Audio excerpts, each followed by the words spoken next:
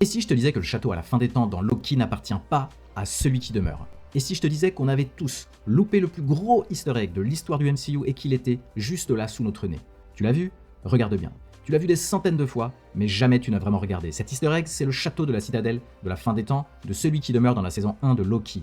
Je pense que ce château est celui de Victor Von Doom et que celui qui demeure l'a pris à Doom à la fin de la guerre multiverselle. Et tu vas voir, cette vidéo n'a rien d'une simple théorie de fan, j'ai toutes les preuves. On se rappelle tous de la fin magistrale de la saison 1 de Loki. Mais en revoyant la fin de la saison, une vérité m'est sautée aux yeux, l'architecture du château rappelle bien plus celui de la Latverie, base du super vilain Dr Doom dans les comics, plutôt que le temple propre et clinique du TVA qu'on aurait pu imaginer pour celui qui demeure.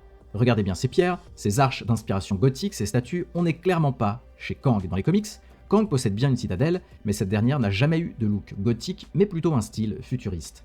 Dans les comics, le château de Doom, en Latverie, présente souvent un style gothique et médiéval semblable. Bref, l'apparence de la citadelle nous oriente. D'emblée, on est clairement plus dans l'ambiance de Dr Doom que dans celle de celui qui demeure. Mais alors, comment tout ça a commencé? Comment le château de Doom a-t-il pu se retrouver entre les mains de celui qui demeure? Pour comprendre ça, il faut remonter avant Loki, avant Kang, avant même le TVA, à une époque où tous les héros Marvel vivaient dans une seule et même timeline. Pas de multivers, pas de variants, une seule ligne du temps jusqu'à ce que tout déraille. Parce qu'on le sait désormais, cette timeline unique s'est terminée par une guerre multiverselle. Jusqu'à ne plus laisser qu'un seul survivant, je pense, Dr Doom.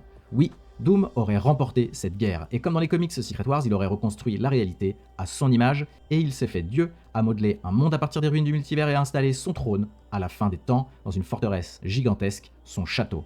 Et pendant des siècles, ça tient jusqu'à ce que Loki arrive, jusqu'à ce que le trône soit libre de nouveau. Car maintenant que celui qui demeure est mort, le cycle recommence. Les timelines s'ouvrent, se ramifient, s'entremêlent, le multivers revient à sa forme originelle et fatalement, Doom va revenir lui aussi. Parce que quelque part, il se souvient, il sait qu'il a déjà régné, et quand il découvrira que son château lui a été volé, il fera ce qu'il fait toujours, il le reprendra par la force. Et pour couronner le tout, à la fin de la saison 2 de Loki, ce dernier devient le dieu des histoires en créant l'arbre Yggdrasil, et de quoi est fait le trône de Doom dans Secret Wars? D'un arbre.